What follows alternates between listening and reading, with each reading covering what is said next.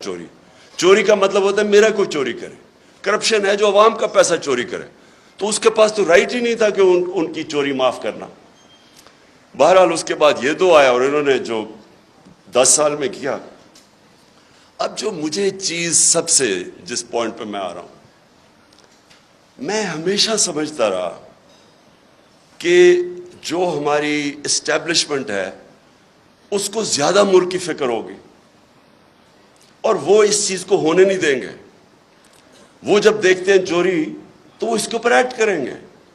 کیونکہ مجھے through out جب میں یہ سٹرگل کر رہا تھا تو مجھے اسٹیبلشمنٹ کی طرف سے کئی دفعہ مجھے ISI نے مجھے بتاتے تھے ان کی چوری کے, یہ جی فلانے انہوں نے اتنی چوری کی. یہ بھی جو دور تھا ان کا 2008 سے لے کے, تب بھی مجھے وہ مٹیریل جی اسے اتنا چوری کر لیا, وہ چائنا جا کے تو اتنی کک بیکس لے لی. یہ مجھے بتایا کرتے تھے کہ وہ جی اس کا حمزہ یہ سلمان شہباز یہ وہ چائنا پہنچا تھا کک بیکس لینے کے لیے کانٹریکٹس کے اوپر. یہ ساری انہوں نے ان سے مجھے انفارمیشن آئی تھی.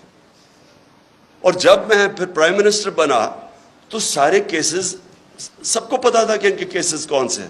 نیب تھی وہ ہمارے کنٹرول میں نہیں تھی.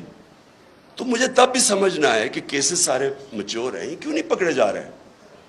تو بعد میں پتہ چلا کسی کا شفقت کا ہاتھ تھا, وہ کبھی ایکسیلیٹر دبا دیتے تھے پھر کبھی واپس آ جاتا تھا.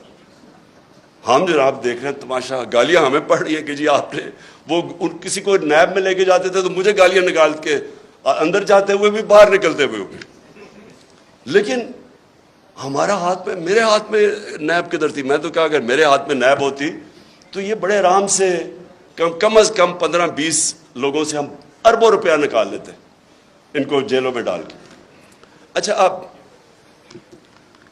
اب جناب یہ اپریل میں جو ہوا, میں جو میرے ذہن میں جو شوق ہے, چلیں ہم یہ نہیں کسی کو اکیوز, لیکن میں یہ سوال پوچھتا ہوں اسٹیبلشمنٹ سے کہ آپ نے ان لوگوں کو کیسے ہمارے ملک کے اوپر مسلط ہونے دیا جبکہ آپ خود ان کی کتنی چوری ہے.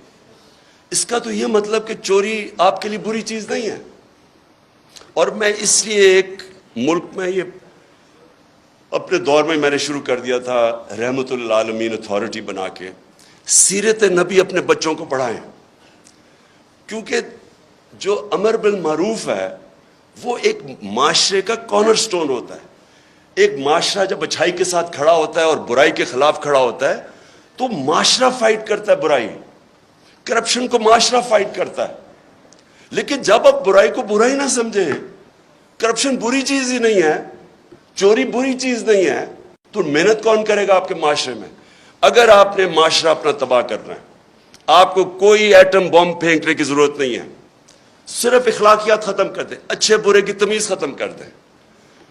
مولانا رومی کی بڑی فیمس سینگ ہے. اب کسی نے پوچھا مولانا صاحب ایک قوم کیسے مرتی ہے, انہوں نے 2 درختوں کا بتایا, ایک بڑا خوشبودار اور ایک بڑا برا درخت.